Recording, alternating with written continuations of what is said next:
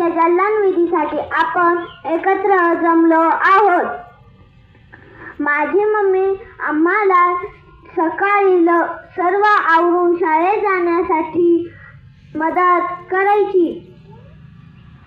लवकर डबा बनायची व सायंकाळी शाळेतून घरी येईपर्यंत वाट पाहायची.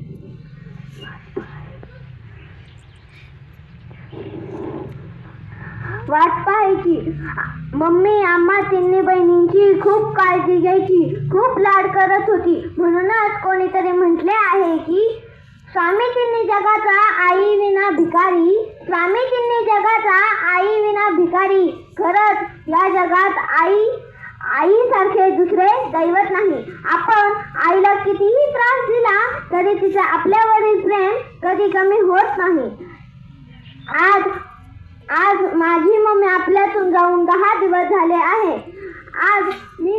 आज माझी मम्मी फक्त या फोटोमध्ये दिसत आहे. ही खूप दुःखद घटना घडली आहे. म्हणून आम्हाला न्याय मिळावा म्हणून 10 जून 2025 रोजी कोपरगाव येथे होणाऱ्या मोर्चासाठी हजर राहून आम्हाला न्याय मिळवून द्यावा ही विनंती.